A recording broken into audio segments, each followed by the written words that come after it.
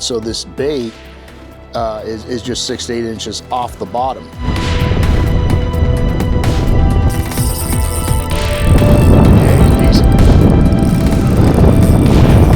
Toad. Well, maybe. Dropshot.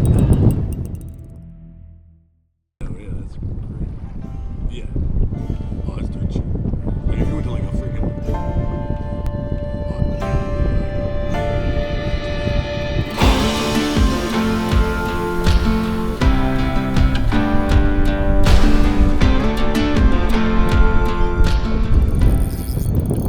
That big stick.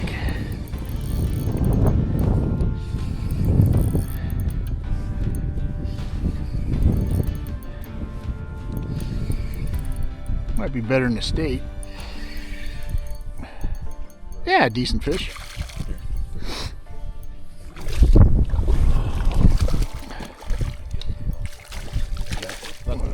Yeah, it's a good one.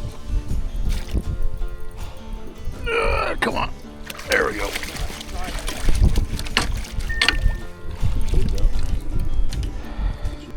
Poor guy. Ran into a brick wall. They must tear this up on the truck. Yeah, something.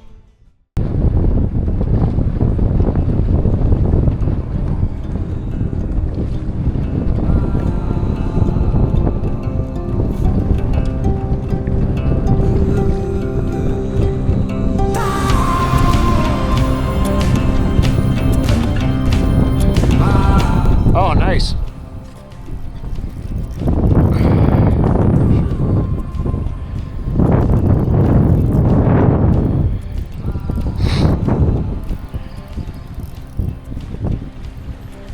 Yep. Finally.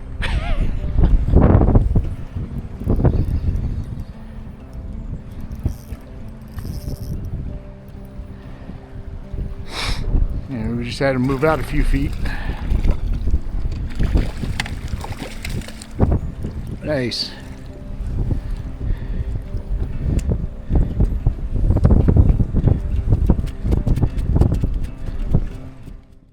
All right, ladies and gents, I want to take a quick break from the action to show you what's going on out there and how I'm getting onto these fish.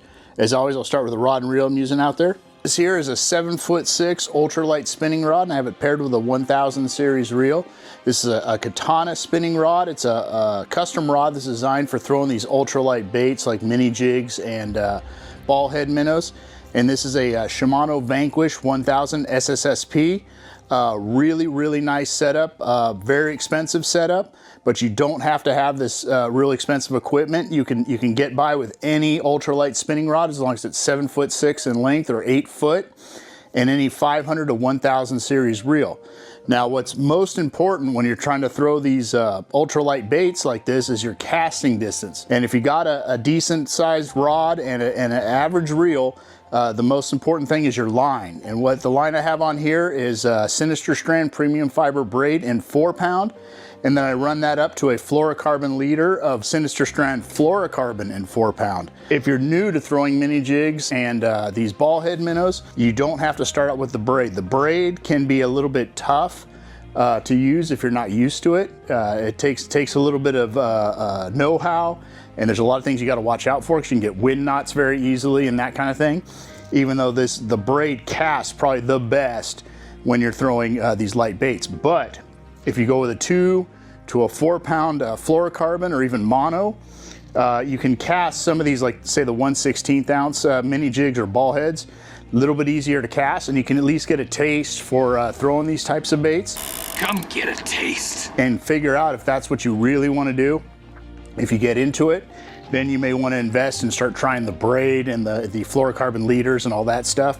But in the interim, if you just want to try it, you know, in between bait and weight and drop shotting, throwing some jigs, you can easily get away with 2 to 4-pound fluorocarbon on any spinning reel, as long as it's, you know, 500 to 1000 series reel, and your rod is an ultralight rod, at least 7'6" in length, or up to 8 foot. Now let's go to the bench and I will show you the baits that are working out there and how I rig them up. All right guys, now what was working the best out there, as you saw at the beginning of this video, is Mini Jigs. And we went through a bunch of colors. The bite was really slow. We were just kind of getting them here and there. And this was the color that was the most consistent for me. And this is called Big Stick, and it's bright orange and yellow. But for whatever reason, they seem to really be keying on this color, even though we were just getting the trout here and there. And I was fishing it on a 1/16 ounce jig weight. And I'll show you those. And there's two main sizes that we typically use. And the bigger one's the 1/16th, and the smaller one's the 1/32. Typically, we were in shallow water there. I think we were casting into probably 3 feet of water, and that's where the fish seem to be holding. Typically in shallow water, you're gonna wanna use a 1/32 because you can go extra slow and your bait won't hang up on the bottom.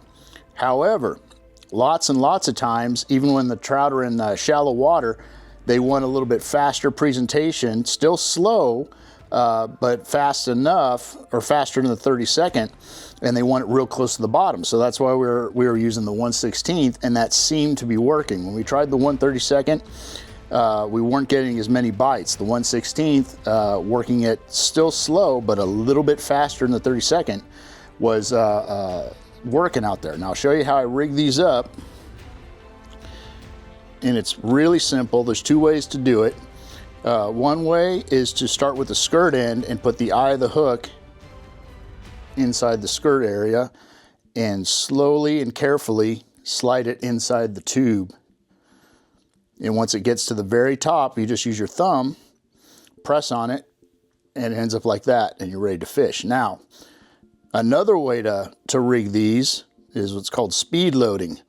And with speed loading, you can be tied on to your fishing line and still change your jig color without ruining your jigs. And how you do it is you start at the top, but on the side, because at the end of the day, you want this eye to be popping out of the jig. So what we do is go right on the side near the top, carefully poke a hole with the hook, and then carefully guide that hook through without repuncturing the jig, and then you just push the lead down into the rubber and pull this little cap over, and it ends up just like that. Now, if you want to change colors, you just carefully peel this cap back without tearing the jig and expose that weight and slowly slide it out.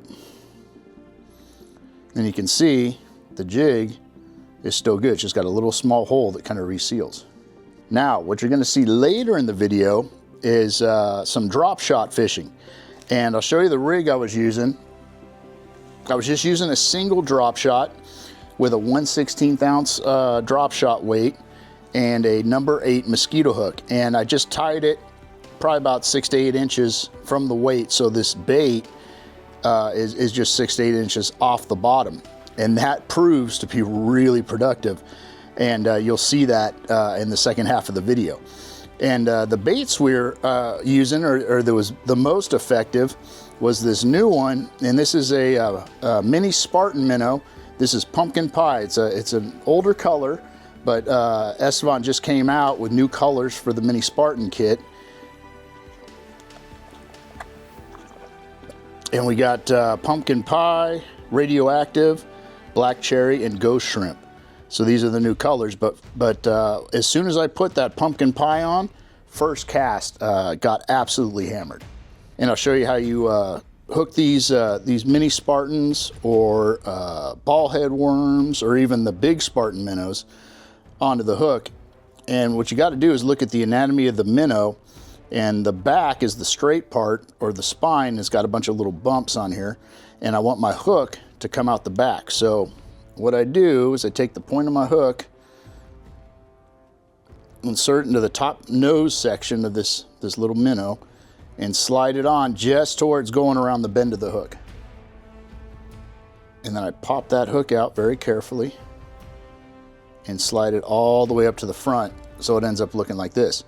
And I try to get my baits all the way up to the eye of the hook, because sometimes you'll feel something and not sure if it's a bite, and your bait will come back looking like this. If it comes back looking like this and there's no moss on it or any debris, 9 times out of 10, that was a fish bite. So you can start to key in on how the fish are biting the drop shot that day. Because sometimes they bite it very, very subtly. Sometimes they hammer it, which you'll see later in this video, so it's a lot easier. But I always try to keep my baits right up against the eye, so it's kind of a strike indicator. And that's really all there is to it. All right, now let's get back to the video and see how the rest of the day shook out.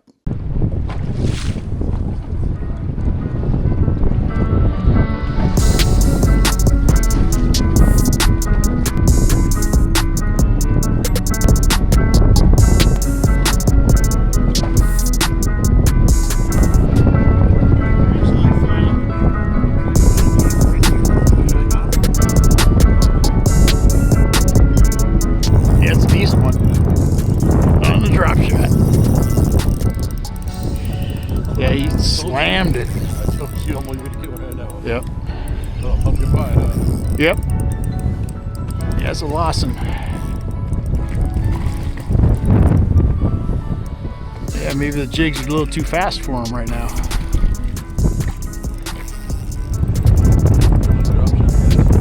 First cast. Yeah. Single drop shot with a pumpkin pie. Micro. Or mini Spartan. Mini Spartan, yeah. Mini Spartan. First cast, you might be on something. Yeah.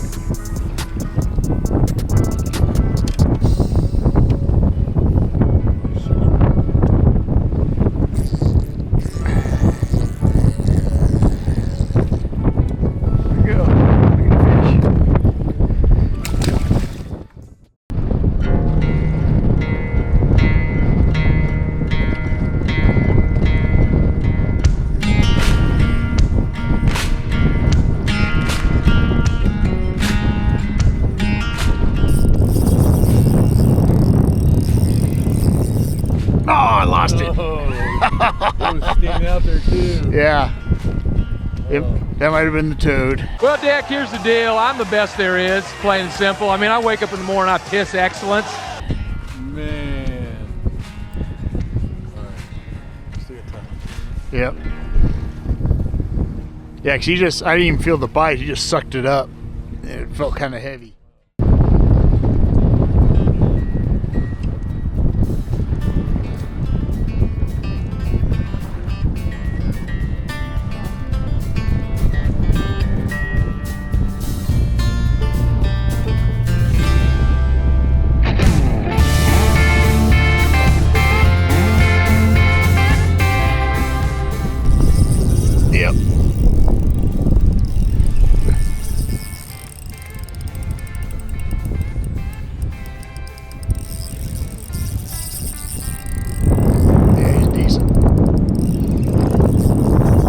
Toad. Well, maybe. Drop shot. Start using drop shot at the end of the day. Yep. New mini Spartans. Oh! I think you broke me off. That's what it seemed like. Yep. Yep. Oh, what a loser! Good. Good. All right, there you have it. Another good day out at Hemet. Super stoked I was able to finally get out there. Albeit it was very cold and very windy. But we still ended up getting on some fish, even though the bite was pretty rough. We struggled most of the day. We were getting fish early here and there on the 1/16 ounce mini jigs, fish real close to the bottom. But we knew fish were in the area We were in very shallow water. We were probably spot locked at probably about 6 feet. So we were casting in about 2 or 3 feet of water, and that's where we were tending to get bit. And I knew they were stacked in that area. They had to be, because we would get fish now and then, but they were just very, very slow to bite. Really unusual. And then later on in the day, decided to throw a drop shot on, and lo and behold, first cast, man, just got hammered. And they wanted that drop shot fish really, really slow, and most of my bites were on the pause, or that big toad I lost at the end. He sucked it up on the cast. I threw it out there and let it sink, got my line all positioned, and as soon as I engaged, he already had it in his mouth. That one was a heartbreaker, because you can't really see it in the video, but you see that buoy way out there. There was a couple times that fish was so heavy, I thought I was stuck on that buoy line. But then I'd feel some head shakes, and I'd be like, oh, it's a fish, definitely a trout, and man, just heartbreaking. You done messed up, Aaron! It didn't set in till later that night when I was in bed staring at the ceiling. I was like, oh man, should have checked my rig, because literally fisherman error on that one. It shouldn't have broke me off. Looks like it came off at my dual lock snap where the knot was. I hadn't checked that knot in a while. As you've seen in other videos, I haven't been doing much drop shot, so I don't know how old that rig was. A lot of factors went into that, but that's good to know, because that's how we end up losing fish, and that's exactly what happened. And that could have been a double digit. Who knows? Now it's just a fish story. So a couple takeaways: don't leave fish to find fish. We were guilty of that on this trip, because we were getting some. Thought, well, you know, there's just a few here, moved around the lake, didn't get anything, came back to the same spot and ended up getting on more fish. The fish were in that area, and we ended up leaving looking for more fish, and we should have just stayed put. Second takeaway is I should have gone to the drop shot sooner. Fishing the mini jigs, I kind of got fooled, because we would get bit once in a while, get a fish here and there, and I just thought they were slow to bite. Well, looks like if I was using the drop shot, we would have gotten a lot more fish. So always try different things, try different colors, different techniques, all these things. And unfortunately, both me and Esty were guilty of not doing that. So we didn't practice what we preach. No way. No way. Good learning lesson for us, and hopefully for you guys. Always be trying different things. We got a little complacent, I think, and we still caught fish, but I think we could have caught a lot more fish. So something to keep in the old toolbox or in the back of your mind next time you're on the water and they aren't biting. And with that, if you wanted the Golden State Fishing custom baits, the katana rods, the waterland sunglasses, or any of the waders that I use on the channel and really love, there's a QR code right up here. You just click on that, it'll take you to a link tree. Has all the hyperlinks in there right for you, with discount codes, some of them programmed into the hyperlink. If it's not programmed in, they are listed in the links. And if you like any of the products and make a purchase, just use those codes and you can get up to 15% off. So really, really good deal, and they're really good products, or I wouldn't use them or put them on the channel. So if you like what you saw here, please give us a like and subscribe. It really helps out the channel. Any questions or comments, please leave them here. It really helps out the channel, and I like talking fishing. You can also get a hold of me on my Instagram at Spanker Outdoors and send me a DM, and I do my very best to get back to you in a timely manner. And coming up, we'll be heading out to Lake Isabella this coming weekend for their tournament out there. It's a multi-day tournament. We're both really excited to be out there, because we never fished that lake, and I hear it's good. Real beautiful area, so really excited to get out there. And who knows, maybe we'll get a tagged fish, you know. But at minimum, hoping to get a lot of good content for you guys. Once we come back, I think I'll be here for a week, and then it'll be Fishmas. We'll be out at the Sierra Opener. We'll be fishing Gull Lake on opening day and then all around the area. So really excited for that. Can't wait for the Sierra season to open.